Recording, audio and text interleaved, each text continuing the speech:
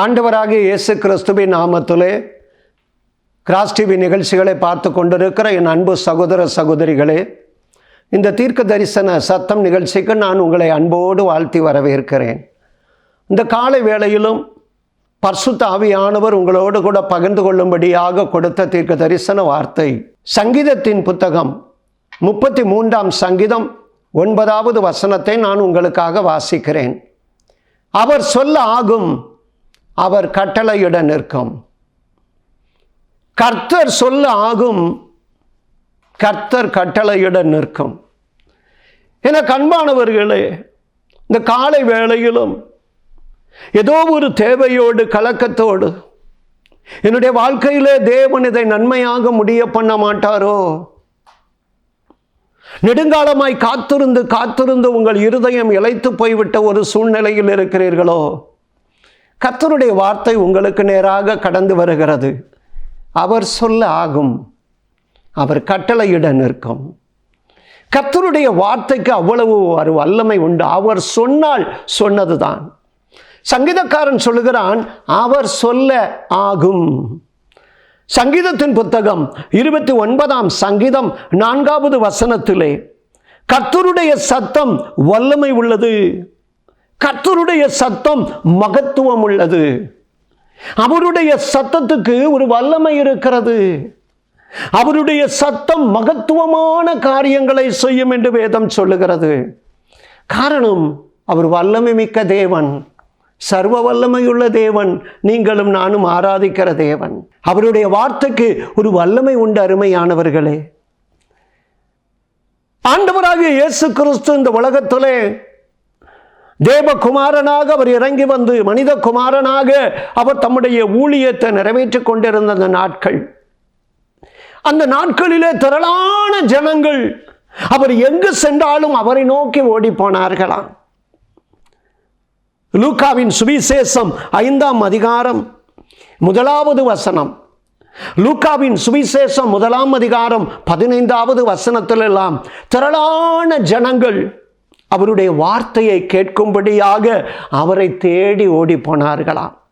திரளான ஜனங்கள் அவருடைய உபதேசத்தை கேட்கும்படி அவரிடத்தில் கூடி வந்தார்கள். திரள் ஜனங்கள் அவர் வாயிலிருந்து புறப்படுகிற அந்த வார்த்தையை கேட்கும்படியாக, அவருடைய வாயிலிருந்து புறப்படுகிற அந்த உபதேசத்தை கேட்கும்படியாக ஜனங்கள் ஓடோடி வந்தார்கள் என்று லூக்காவின் சுவிசேஷம் 5ஆம் அதிகாரம் 1 வசனம் 15வது வசனத்தில் பார்க்கிறோம்.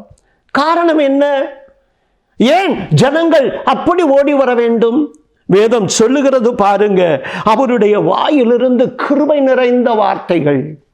லூக்கா 4ஆம் அதிகாரம் 22வது வசனத்துல அந்த வாயிலிருந்து வந்ததெல்லாம் கிருபை நிறைந்த வார்த்தைகள், ஆறுதலான வார்த்தைகள், காயம் கட்டக்கூடிய வார்த்தைகள், ஆற்றி தேற்றக்கூடிய வார்த்தைகள்.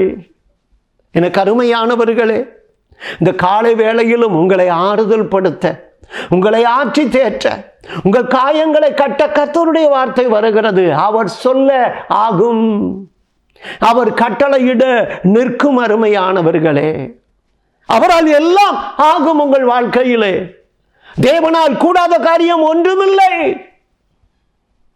தேவனால் கூடாத காரியம் ஒன்றுமில்லை. அவராலே எல்லாம் ஆகும். அருமையானவர்களே, உள்ளம் கலங்கி போனவர்களாய் இந்த காலை வேளையிலே நீங்கள் இருக்கிறீர்களோ? ஏதோ ஒரு வேதனை, ஏதோ ஒரு போராட்டம், ஏதோ ஒரு சஞ்சலம், ஏதோ ஒரு உபத்திரமம், ஏதோ ஒரு ஆசீர்வாதத்தின் தாமதம், அல்லது ஏதோ ஒரு காரியத்திற்காக நீங்கள் காத்து கொண்டிருக்கிறீர்களா? அவர் சகலவற்றையும் உங்கள் வாழ்க்கையிலே செய்ய வல்லவர். லூக்காவின் சுவிசேஷம் 4ஆம் அதிகாரம் 36வது வசனத்திலே எல்லாரும் ஆச்சரியப்பட்டார்களாம். திரளான ஜனங்கள் ஆண்டவருடைய வார்த்தையை கேட்கும்படி வருகிறார்கள். அவருடைய வாயிலிருந்து கிருபை நிறைந்த வார்த்தைகள், கிருபை நிறைந்த வசனங்கள் வெளிப்பட்டது. ஜனங்கள் ஆறுதல் அடைந்தார்கள். அதே நேரத்தில் இது என்ன வார்த்தையோ, அதிகாரத்தோடும் வல்லமையோடும் அசுத்த ஆவிகளுக்கு கட்டளையிடுகிறார், அவைகள் புறப்பட்டு போகிறது என்று ஒருவரோடு ஒருவர் பேசிக் கொண்டார்களாம். அதிகாரம் நிறைந்த வார்த்தைகள், அசுத்த ஆவியே இவர்களை விட்டு விலகிப்போ, அசுத்த ஆவிகள் அலறி அடித்து ஓடுகிறதை மக்கள் பார்க்கிறார்கள்.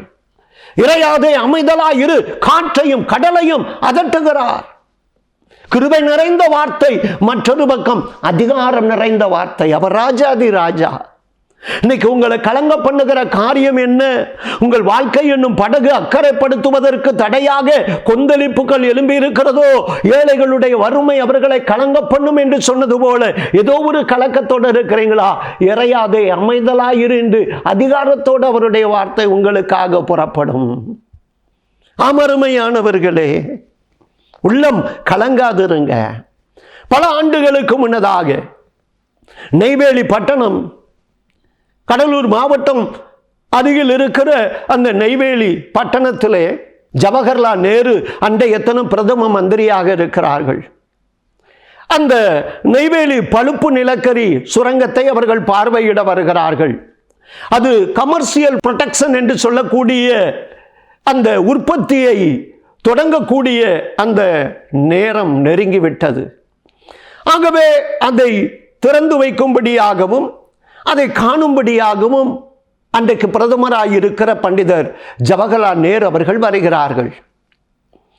அப்பொழுது அந்த நெய்வேலி சுரங்கத்தில் இருக்கக்கூடிய உயர் அதிகாரிகள் எல்லாம் அவருக்கு மாலை மரியாதை கொடுத்து அவரை மரியாதை செலுத்தும்படியாக வரிசையில் நிற்கிறார்கள். ஒவ்வொருவரையும் அந்த பொது மேலாளர், ஜெனரல் மேனேஜர் அறிமுகப்படுத்திக் கொண்டே வருகிறார். அறிமுகப்படுத்திக் கொண்டு இந்த உயர் பதவியில் இருக்கக்கூடிய அதிகாரிகள், பொறியாளர்கள், இன்ஜினியர்ஸ் எல்லாரையும் அவங்க வரிசையில் நின்று கொண்டிருக்கிறார்கள். அவருடைய வரவேற்பையும் மரியாதையும் பிரதமர் ஜவஹர்லால் நேரு ஏற்றுக்கொண்டு வருகிறார். கடைசியாக வரும் பொழுது ஒரு மனிதனுடைய, ஒரு வாலிப மகனுடைய கரத்தை அவர் பிடிக்கிறார். அவன் கை குலுக்கும் போது அவனுடைய முகத்தை பார்க்கிறார். பார்த்த உடனே அவனுடைய பெயரை சொல்லுகிறார். நீ இன்னாருடைய மகன் தானே என்று கேட்கிறார். அவனும் ஆம் என்று சொன்னான்.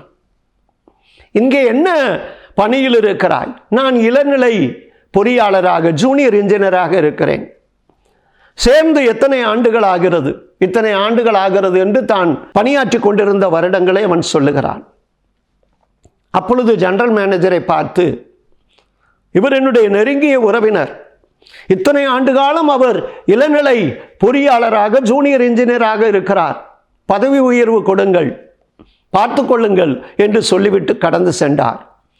ஜவஹர்லால் நேரு டெல்லி பட்டணத்திலே தன்னுடைய வாழ்விடத்திற்கு, தன்னுடைய பங்களாவுக்கு அவர் போய் சேர்வதற்குள்ளாக இந்த அவருடைய உறவினனாக இருந்த இளநிலை பொறியாளர், ஜூனியர் இன்ஜினியர், சீனியர் இன்ஜினியராக பதவி உயர்த்தப்படுகிறார். அவரோடு கூட அந்த நாட்களிலே பதவியில் இருந்தவர்களுக்கும் பதவி உயர்வு கிடைக்கிறது. ஒரு பிரதம மந்திரி பார்த்த ஒரு பார்வை, நான் ஊர் போய் சேர்வதற்குள் இவருக்கு ஒரு பதவி உயர்வு கொடுங்கள் என்று சொல்லி அந்த தலைமை அதிகாரியின் இடத்திலே, ஜெனரல் மேனேஜர் இடத்திலே, பொது மேலாளரிடத்தை கொடுத்த ஒரு வார்த்தை, அடுத்த சனமே அவருடைய பதவி உயர்வு வருகிறது. ஒரு நாட்டினுடைய பிரதமருடைய வார்த்தைக்கு அவ்வளவு ஒரு வல்லமையும் மகத்துவமும் இருக்கும் பொழுது, ராஜாதி ராஜா, கர்த்தாதி கர்த்தா, அண்ட சராசரத்தையும் படைத்தவர், பூமியும் அது நிறைவும் கர்த்தருடையதல்லவா? அவர் நமக்காக அவர் செய்ய மாட்டாரா? அவர் சொல்ல ஆகும். அவர் ராஜா, அவர் ராஜா, அவர் சொல்ல ஆகும். அருமையானவர்களே, அவர் கட்டளையிட நிற்கும். அருமையானவர்களே, உள்ளம் கலங்காதிருங்க. யாக்கோபு என்கிற ஒரு மனிதன், ஈசாக்கினுடைய மகன், முற்பிதாக்களில் கடைசி மனிதன் அவர். ஒரு நாள் மக்னாயும் என்கிற இடத்திலே உள்ளம் கலங்கினவனாக அவன் ஆண்டவரிடத்திலே ஜெபிக்கிறான். என்ன ஜெபம்? ஆதியாகமத்தின் புத்தகம் 32ஆம் அதிகாரம் 12வது வசனத்திலே, ஆண்டவரே, நான் உனக்கு மெய்யாகவே நன்மை செய்து உன் சந்ததியை எண்ணி முடியாத கடற்கரை மணலை போல பெருக பண்ணுவேன். உன் சந்ததியை எண்ணி முடியாத கடற்கரை மணலை போல பெருக பண்ணுவேன் என்று சொன்னீரே. ஆண்டவர் சொன்ன அந்த வார்த்தையை உரிமை பாராட்டி அதை வாக்குத்தத்தமாக எடுத்துக்கொண்டு, மெய்யாகவே நான் உனக்கு ஒரு நாள் சொன்னீர் ஆண்டவரே, நான் உனக்கு நன்மை செய்வேன், நான் உன்னை விட்டு விலகுவதும் இல்லை, உன்னை கைவிடுவதும் இல்லை, உன் சந்ததியை கடற்கரை மணலத்தனையா எண்ணி முடியாத அளவுக்கு பெருக பண்ணுவேன் என்று சொன்னீரே. ஆனால் இப்பொழுது என்னுடைய அண்ணன், மூத்த அண்ணன் ஏசா 400 பேரோடு எதிர்கொண்டு வருகிறானாமே, என்னை சிதறடித்து விடுவான், என்னை கொலை செய்து விடுவான், எனக்கு இதுவரைக்கும் நான் உழைத்து சேகரித்த அத்தனையையும் அவன் கொள்ளையாடுவது மாத்திரமல்ல, என் பிராணன் அவனுக்கு முன் எம்மாத்திரம். அந்த பயத்திலும் திகிலிலும் கலக்கத்திலும் நடுக்கத்திலும் தேவன் அன்றொரு நாள் சொன்ன வார்த்தையை அவன் உரிமை பாராட்டுகிறான். பொய் சொல்லுவதற்கு தேவன் மனிதன் அல்ல, மனம் மாறுவதற்கு அவர் ஒரு மனுபுத்திரர் அல்ல. அவர் சொல்லியும் செய்யாதிருப்பாரோ? எவ்வளவேனும் பொய்யுரையாத தேவன் நம்முடைய தேவன். ஓசியா 14ஆம் அதிகாரம் 2வது வசனம் சொல்லுகிறது, வார்த்தைகளை கொண்டு கர்த்தரிடத்திலே திரும்புங்கள், வார்த்தைகளை கொண்டு கர்த்தரிடத்தில் திரும்புங்கள். இந்த வாக்குத்தத்தத்தை பிடித்துக் கொண்டு அன்றொரு நாள் தன் சகோதரன் ஏசாவின் நிமித்தமாக கலங்கினவனாக, ஆண்டவரே எனக்கு நீர் வாக்கு கொடுத்திருக்கிறீர் அல்லவா, அந்த வாக்கை நிறைவேற்றுங்க ஆண்டவரே, வாக்குத்தத்தத்தை பிடித்துக் கொண்டு ஆண்டவரிடத்தில் ஜெபிக்கிறான். எனக்கு அருமையானவர்களே, எரேமியா தீர்க்கதரிசியின் புத்தகம் 1ஆம் அதிகாரம் 12வது வசனம் சொல்லுகிறது, என் வார்த்தையை தீவிரமாய் நிறைவேற்றுவேன். நாம் உள்ளம் கலங்கினவர்களாக தேவ சமூகத்தில் ஜெபிக்கும் பொழுது தேவன் நமக்கு தந்த வார்த்தைகள், வேத வசனத்தில் இருக்கிற வாக்குத்தத்தங்கள், கர்த்தருடைய ஊழியக்காரர்கள் உங்களுக்கென்று கொடுக்கிற வாக்குத்தத்தங்களை நீங்கள் பிடித்துக் கொண்டு ஆண்டவரிடத்தில் ஜெபிக்கும் பொழுது நம்முடைய ஜெபத்தை கவனிக்கிற ஆண்டவர் அந்த வாக்குத்தத்தங்களை கவனிக்கிறார். இது என்னுடைய வாக்குத்தத்தம் அல்லவா, இது என்னுடைய வாயிலிருந்து என் மக்களுக்காக புறப்பட்ட வார்த்தை அல்லவா, இந்த வார்த்தை என்னோடு போராடுகிறது, என் பிள்ளைகளுக்கு, என் மகனுக்கு, மகளுக்கு அந்த வார்த்தையின்படி நான் செய்யட்டும். அதைத்தான் எரேமியா 1:12 அவன் சொல்லுகிறார், என் வார்த்தையை நான் உன்னிடத்தில் தீவிரமாய் நிறைவேற்றுவேன். ஐயா, மத்தேயு 4ஆம் அதிகாரம் 4வது வசனம் சொல்லுகிறது, மனிதன் அப்பத்தினால் மாத்திரம் அல்ல, தேவனுடைய வாயிலிருந்து புறப்படுகிற ஒவ்வொரு வார்த்தையினாலும் அவனுக்கு பிழைப்புண்டு. ஒரு நாள் சீடரில் சிலர் ஆண்டவரை விட்டு பின்வாங்கி போகிறார்கள். அப்பொழுது ஆண்டவர் தம்முடைய சீடர்களை பார்த்தும் பேதுருவை பார்த்தும் கேட்கிறார், நீங்களும் போய்விடுவதற்கு மனதாயிருக்கிறீர்களோ என்னை விட்டு? அப்பொழுது பேதுரு சொல்லுகிறார், ஆண்டவரே, நாங்கள் யாரிடத்தில் போவோம்? நித்திய ஜீவ வசனங்கள், வார்த்தைகள் உம்மிடத்தில் தானே உண்டு. ஆண்டவரே, நாங்கள் யாரிடத்தில் போவோம்? வாழ்வு தரக்கூடிய வார்த்தைகள் உம்மிடத்தில் தானே இருக்கிறது. மனிதன் அப்பத்தினால் மாத்திரமல்ல, தேவனுடைய வாயிலிருந்து புறப்படுகிற ஒவ்வொரு வார்த்தையினாலும் பிழைப்பான். இந்த 8வது மாதத்திலும் கர்த்தருடைய ஆவியானவர் சொல்லுகிறார், நான் சொல்ல ஆகும் உன் வாழ்விலே, நான் சொல்ல ஆகும் மகனே உன் குடும்பத்திலே, நான் சொல்ல ஆகும் உன் பிள்ளைகளுடைய காரியத்திலே, நான் சொல்ல ஆகும் உன்னுடைய கைகளின் பிரயாசங்களிலே, நான் சொல்ல ஆகும் உன்னுடைய ஊழியத்திலே. அவர் சொல்ல ஆகும், அவர் கட்டளையிட நிற்கும். மனிதன் அப்பத்தினால் மாத்திரமல்ல, தேவனுடைய வாயிலிருந்து புறப்படுகிற ஒவ்வொரு வார்த்தையினாலும் அவனுக்கு பிழைப்புண்டு. உள்ளம் கலங்காதிருங்க அருமையானவர்களே. இந்த காலை வேளையிலும் அவர் சொல்ல ஆகும், அவர் கட்டளையிட நிற்கும். தேவன் தம்முடைய சகல பிரஸ்தாபத்தை பார்க்கலும் அவருடைய வார்த்தையை மகிமைப்படுத்தி இருக்கிறார். கர்த்தருடைய சத்தம் வல்லமை உள்ளது, கர்த்தருடைய சத்தம் மகத்துவம் உள்ளது. இன்றைக்கு நாம் ஜெபிக்க போகிறோம், ஆண்டவரிடத்திலிருந்து உங்களுக்காக வார்த்தை புறப்படும். அவருடைய நல்வார்த்தை மகிழ்ச்சியாக்கும்.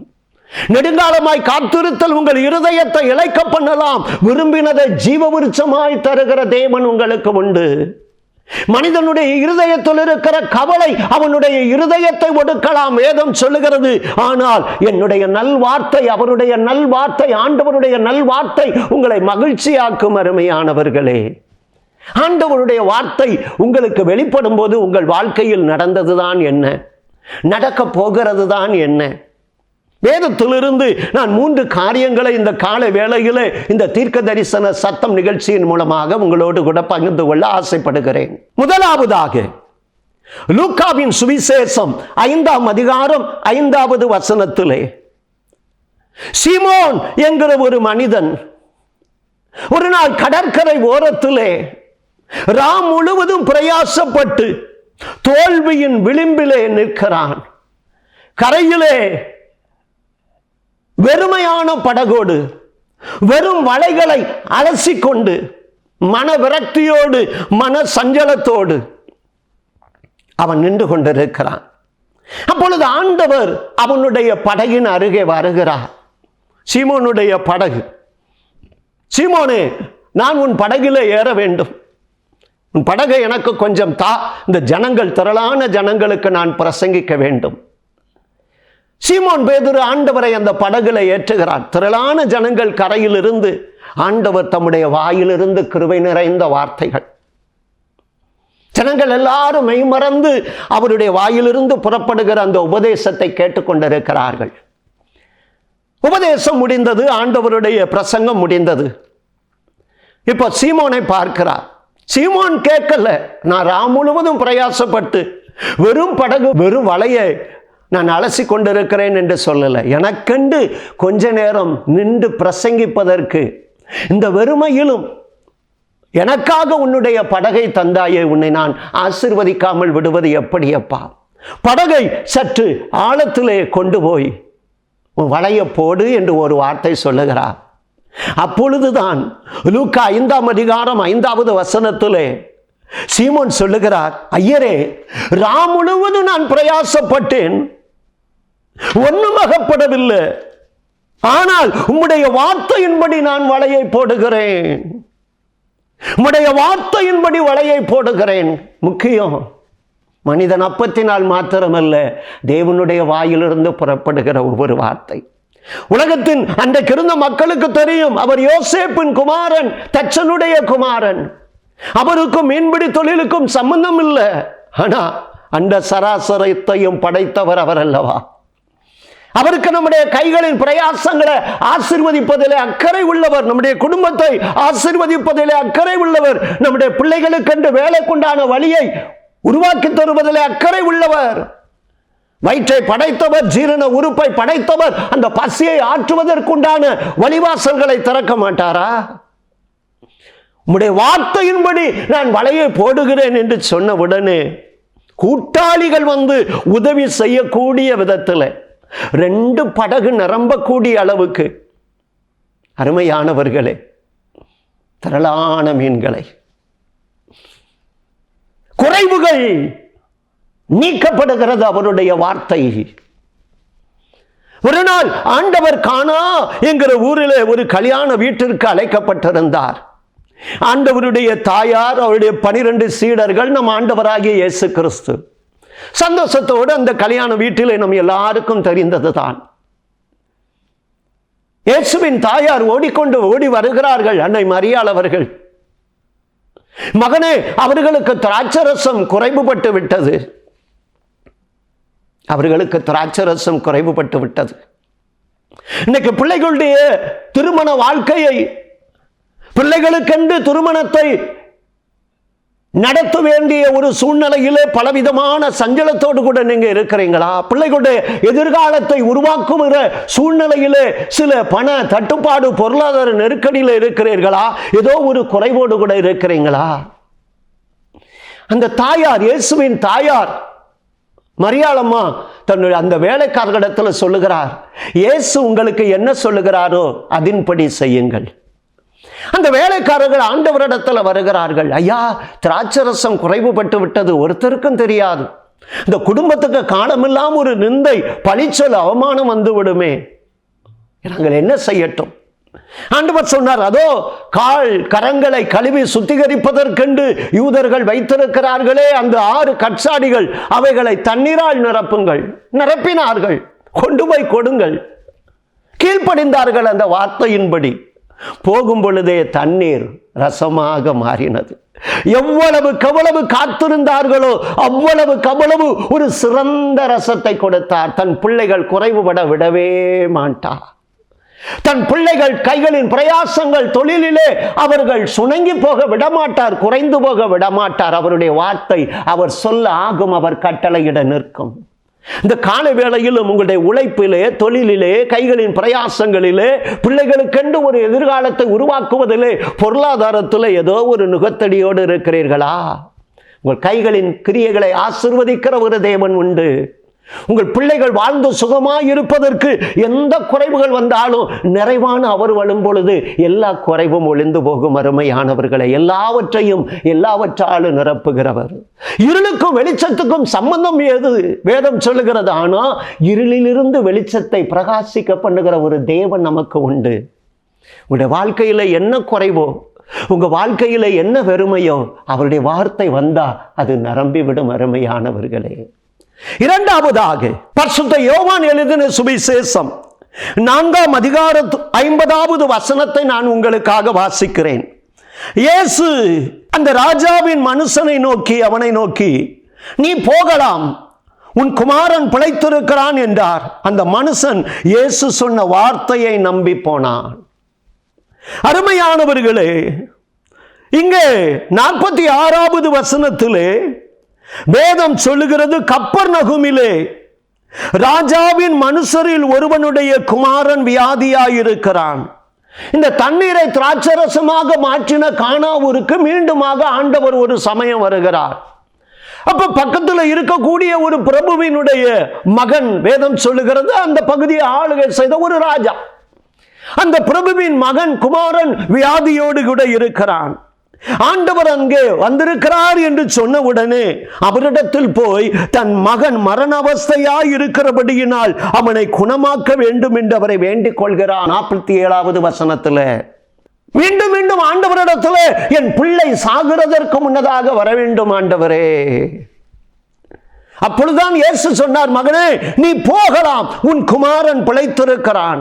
அந்த மனுஷன் இயேசு சொன்ன வார்த்தையை நம்பி போனான். மனிதன் அப்பத்தினால் மாத்திரமல்ல, தேவனுடைய வாயிலிருந்து புறப்படுகிற ஒவ்வொரு வார்த்தையினாலும் பிழைப்புண்டு. ஆண்டவரை யாரிடத்தில் போவோம்? வாழ்வு தரக்கூடிய வசனங்கள் அவரிடத்தில் உண்டு. ஐயா, சகல வியாதிகளையும் நோய்களையும் சுமந்தவர், முடிந்தது என்று சொன்ன முடிவே இல்லாதவர் ஐயா. அவர் நம்முடைய பரிகாரி, நம்முடைய அப்பத்தையும் தண்ணீரையும் ஆசீர்வதிக்கிறவர், நம்முடைய அலங்கத்துக்குள்ளே சமாதானத்தையும் சுகத்தையும் தருகிறவர். அவர் நம்முடைய பரிகாரி, நம்முடைய நல்ல வைத்தியர், நம்முடைய காயங்களை கட்டுகிறவர் அல்லவா. நம்பி போகிறான்.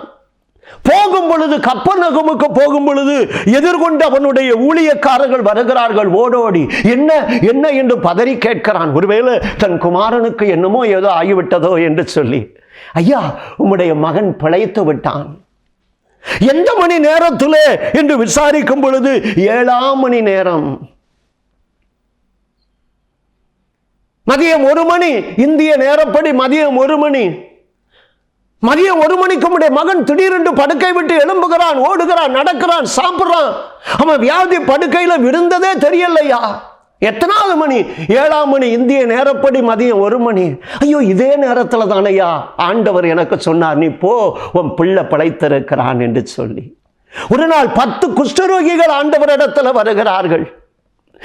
ஐயரே, எங்களுக்கு இறங்கும், நீங்க போங்க, ஆலயத்தில் இருக்கிற ஆசாரியனுக்கு உங்களை காண்பீங்க. இனி நீங்க சமுதாயத்துக்கு புறம்பாக்கப்பட்டவர்கள் அல்ல, தீட்டு தீட்டு என்று காலமெல்லாம் புலம்ப வேண்டியவர்கள் அல்ல, புறப்பட்டு செல்லுங்கள். அவங்க போனாங்க, நம்பி, வார்த்தையை நம்பி போகையிலே சுகமடைந்தார்கள். வசனத்தை நம்புங்க அருமையானவர்களே. வாக்குத்தத்தத்தை பிடித்துக் கொள்ளுங்க. வியாதி, பலவீனமோ, போராட்டமோ தேவன் ஆசீர்வதிப்பார். அவர் சொல்ல ஆகும், அவர் கட்டளையிட நிற்கும். அவருடைய வார்த்தைக்கு ஒரு வல்லமை உண்டு. இந்த வேத புத்தகம் ஜீவனுள்ளது அருமையானவர்களே. வார்த்தையை கொண்டு கர்த்தரிடத்தில் திரும்புங்க. ஆண்டவர் தம்முடைய வார்த்தையை நிறைவேற்றுவதிலே தீவிரமாய் இருக்கிறவர் அருமையானவர்களே. கவலைப்படாதீங்க. வியாதி பலவீனத்தோடு எத்தனை நாட்களுக்கு மற்றவர்களையும் பிள்ளைகளையும் குடும்பத்தையும் இந்த மருந்து மாத்திரைக்கு சார்ந்திருக்கணும், எதிர்பார்த்திருக்கணும் என்று சஞ்சலத்தோடு இருக்கிறீங்களா? அவர் சகல வியாதிகளையும் சுமந்தவர். இன்றைக்கு அவர் உங்களை தொடமாட்டாரா? அவர் சொல்ல ஆகும், அவர் கட்டளையிட நிற்கும். கடைசியாக மூன்றாவது ஒரு காரியத்தை நான் உங்களுக்காக சொல்லுகிறேன். லூக்காவின் சுவிசேஷம் 1ஆம் அதிகாரம் 38வது வசனத்தை நான் உங்களுக்காக வாசிக்கிறேன். அதற்கு மரியாள், இதோ நான் ஆண்டவருக்கு அடிமை, உம்முடைய வார்த்தையின்படி எனக்கு ஆக கடவது, உம்முடைய வார்த்தையின்படி எனக்கு ஆக கடவது.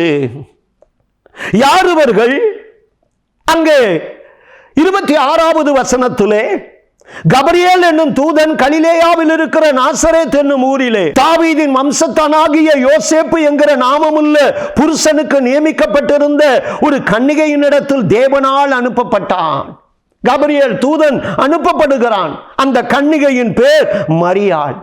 அவள் இருந்த வீட்டில் தேவதூதன் பிரவேசித்து, கிருபை பெற்றவளே வாழ்க, கர்த்தர் உன்னோடு கூட இருக்கிறார். 31வது வசனத்திலே, நீ கர்ப்பவதியாகி ஒரு குமாரனை பெறுவாய், அவருக்கு இயேசு என்று பெயரிடுவாய். வீட்டிலே இருக்கும் பொழுது தேவதூதன் ஒரு தாயார் ஒரு கன்னிக்கு தரிசனமாகிறார், ஒரு மகளுக்கு, வாலிப மகளுக்கு. இயேசுவின் தாயாகிய அன்னை மரியாள் அவர்கள் கன்னியாக தன் வீட்டிலே இருந்த அந்த வாலிப பிராயத்திலே தேவதூதன் அவர்களுக்கு முன்னதாக அவர்கள் இருந்த வீட்டுக்கு வருகிறான். கிருபை பெற்றவர்களே வாழ்க, கர்த்தர் உன்னோடு கூட இருக்கிறார். இதோ நீ கர்ப்பவதியாகி ஒரு குமாரனை பெறுவாய், அவருக்கு இயேசு என்று பெயரிடுவாயாக. ஒரு நாள் சொப்பனத்திலே தேவதூதன் தரிசனமாகி, மத்தேயு எழுதின சுவிசேஷம் 1ஆம் அதிகாரம் 21வது வசனத்திலே, இதோ உனக்கு மனைவியாக நியமிக்கப்பட்டிருக்கிற மரியாள் ஒரு குமாரனை பெறுவாள், இயேசு என்று பெயரிடுவாயாக. பெற்றவர்கள் இருவருக்கும் அங்கே சொல்லப்படுகிறது இயேசு என்று பெயரிடுவாயாக. காரணம், அவர் தம்முடைய ஜனத்தின் பாவங்களை நீக்கி ரட்சிக்கிறவர். அந்த வார்த்தையின்படி ஆக கடவது. ஒரு இரட்சகர் உன் குடும்பத்திலே பிறப்பார், அநேகருக்கு ஒரு இரட்சகராக. அருமையானவர்களே, சகேயு என்கிற ஒரு மனிதனை ஒரு நாள், சகேயு, இன்றைக்கு நான் உன் வீட்டுக்கு வருகிறேன். குள்ளமானவன், இயேசு எப்படிப்பட்டவரோ என்று வகை தேடி அந்த காட்டத்தி மரத்தில் அவன் ஏறி இருக்கும் போது ஆண்டவர் அவனை பார்க்கிறார். இன்னைக்கு நீங்களும் கூட, என் குடும்பத்திற்கு ஒரு ரட்சிப்பு வராதா, என் பிள்ளைகளுக்கு ஒரு ரட்சிப்பு வராதா, என் பிள்ளைகள் ஆண்டவரை ஏற்றுக்கொள்ள மாட்டார்களா? அன்றொரு நாள் கொர்நேலியு என்கிற மனிதன் தன் வீட்டிலே இருக்கும் பொழுது தேவதூதன் பிரத்யட்சமாக வந்தான். யோப்பா என்கிற கடற்கரை ஓர பட்டணத்திலே பேதுரு என்கிற மனிதன் இருக்கிறான், அவனிடத்திற்கு உன் ஆட்களை அனுப்பு. காரணம் என்ன? நீயும் உன் வீட்டாரும் ரட்சிக்கப்படுவதற்கு ஏதுவான வார்த்தைகளை சொல்லுவான், வார்த்தைகளை சொல்லுவான். குடும்பம் ரட்சிக்கப்படுவதற்கு ஏதுவான வார்த்தைகளை அவன் சொல்லுவான். பேதுரு வருகிறான். அவன் இனம், ஜனம், பந்து ஜனம், உறவினர், அறிமுகமானவர்கள் எல்லாரும் அவன் வீட்டிலே, நீர் வந்தது நல்ல காரியம், தேவனால் உம்மூலமாக எங்களுக்கு அருளப்படுகிற வார்த்தைகளை கேட்க வந்தோம். ஜனங்கள் ரட்சிக்கப்பட்டார்கள், அன்றைக்கே அபிஷேகம் பண்ணப்பட்டார்கள். அந்த வார்த்தை, ஆம் அருமையானவர்களே, 1 தீமோத்தேயு 1ஆம் அதிகாரம் 15வது வசனம் சொல்லுகிறது, பாவிகளை ரட்சிக்க கிறிஸ்து இயேசு இந்த உலகத்திற்கு வந்தார் என்பதே உண்மையும் எல்லா அங்கீகரிப்புக்கும் பாத்திரமானது. அவருடைய வார்த்தையின்படி உங்களுக்கு இந்த நாளிலே ஆகும். குறைவோடு இருக்கிறீர்களா? பேதுரு வார்த்தையின்படி வலையை போடுகிறான். கல்யாண வீட்டிலே வார்த்தையின்படி அந்த தண்ணீரை பரிமாற கொண்டு போகிறார்கள். அற்புதம். பேதுரு வார்த்தையின்படி செய்தான். தொழிலிலே அற்புதம், குடும்பத்திலே அற்புதம். வார்த்தையின்படி நம்பி குஷ்டரோகிகள் போகிறார்கள். வார்த்தையை நம்பி விசுவாசத்தோடு போகிறான் கப்பர்நகும் ராஜாவின் மகன். ஆண்டவர் சொன்ன அதே நேரத்திலே சுகம்.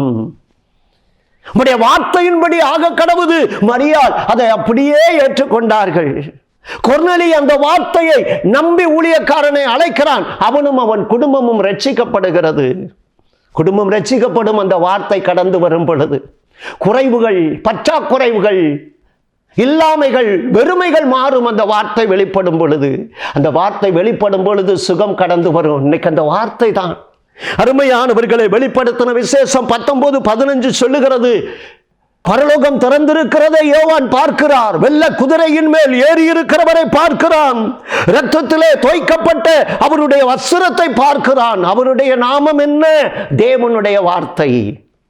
அவருடைய பெயரே தேவனுடைய வார்த்தை. அந்த வார்த்தையானவர் இன்றைக்கு சொல்லுகிறார், நான் சொல்ல ஆகும், நான் கட்டளையிட நிற்கும். வியாதி பலவீனமா, விரக்தியா, உழைப்பிலே வெறுமையா, குடும்பத்திலே குறைவா, வியாதி பலவீனங்களா, வலதுகரம் செய்யும் இரட்சிப்பின் வல்லமையை உன் குடும்பத்துக்கு நான் விளங்க பண்ணுவேன். அவர் சொல்ல ஆகும், அவர் கட்டளையிட நிற்கும். ஜெபிக்கலாமா? எங்கள் அன்பின் பரலோக பிதாவே, நீர் சொல்ல ஆகும், நீர் கட்டளையிட நிற்கும். அப்பா ஆண்டவரே, வார்த்தையை நம்பி ஆண்டவரே வலையை போட்டவனுக்கு, வார்த்தையை நம்பி 6 கச்சாடிகளையும் பரிமாற கொண்டு போனவர்களுக்கு சிறந்த ருசியுள்ள ரசத்தை கொடுத்தீர் ஐயா. வலை கிழிந்து போகத்தக்கதாக தொழிலை ஆசீர்வதித்து 2 படகுகள் நிரம்ப தொழிலை ஆசீர்வதித்தீங்க. உங்களுடைய பிள்ளைகளுடைய தொழிலை ஆசீர்வதிக்க ஒரு வார்த்தை, ஆசீர்வாதமான வார்த்தை இன்னைக்கு புறப்படட்டும். 10 குஷ்டரோகிகள் மாத்திரமல்ல, 38 வருஷம் பெதஸ்தா குளத்தண்டையிலே வியாதியோடு கூட நம்பிக்கை இழந்தவன் அவன் படுக்கை எடுத்துக்கொண்டு நட அந்த வார்த்தை அவனை புறப்பட வைத்ததப்பா. கப்பர்நகூமின் ராஜாவிற்கு எந்த நேரத்தில் நீங்க சொன்னீங்களோ அதே விசுவாசத்தோடு வார்த்தையை நம்பி போனான். அதே நேரத்தில் அவன் குடும்பத்திலே சுகமப்பா. இன்றைக்கு உங்க வார்த்தை, மகனே நீ எழும்பு, மகளே உன் வியாதியில் நீங்கி சுகமானாய், மகளே உன் பலவீனத்தில் நின்று விடுதலையாக்கப்பட்டாய். ஒவ்வொரு குடும்பத்தின் அப்பமும் தன்னையும் ஆசீர்வதிக்கிறவர், அலங்கத்துக்குள்ளே சமாதானத்தையும் சுகத்தையும் தருகிறவர். எப்பேற்பட்ட வியாதிகளும் உடைய கரத்தின் நிழலினால், உம்முடைய தழும்புள்ள கரத்தினால் சுகமடையட்டும் அப்பா. கிருபை பெற்றவளே வாழ்க. கர்த்தர் உன்னோடு கூட இருக்கிறார். இரட்சகர் உன்னிடத்தில் பிறப்பார். அந்த வார்த்தையின்படி ஆக கடவுது என்று ஒப்பு கொடுத்தது போல சகை என்ற வார்த்தையின்படி கடந்து சென்று இன்றைக்கு என் வீட்டுக்கு ரட்சிப்பு வந்தது. அந்த வார்த்தையின்படி காத்திருந்த, நம்பி காத்திருந்த கொர்நேலியும் அவன் குடும்பமும் ரட்சிக்கப்பட்டது போல் எவ்வளவோ நாள் தங்கள் பிள்ளைகளுக்காக பாவ சேற்றிலிருந்து தங்கள் பிள்ளைகள் விடுதலை பெற வேண்டும், ரட்சிக்கப்பட வேண்டும் என்று ஒவ்வொரு நாளும் ஜெபிக்கிற அந்த பிள்ளைகளுடைய வாழ்க்கையில் இருள் மாறட்டும், பாவ இருள் மாறட்டும், இரட்சகரை கண்டுகொள்ளட்டும் ஐயா. இரட்சிப்பின் வெளிச்சம் கடந்து வரட்டும். நல்ல நாட்களை காண, நல்ல செய்திகளை கேட்க கிருபை தாங்க. இயேசு இரட்சகர் என்ப திருநாமத்தில் ஜெபிக்கிறேன் ஜீவனுள்ள நல்ல பிதாவே, ஆமென். God bless you. கர்த்தர் உங்களை ஆசீர்வதிப்பார்.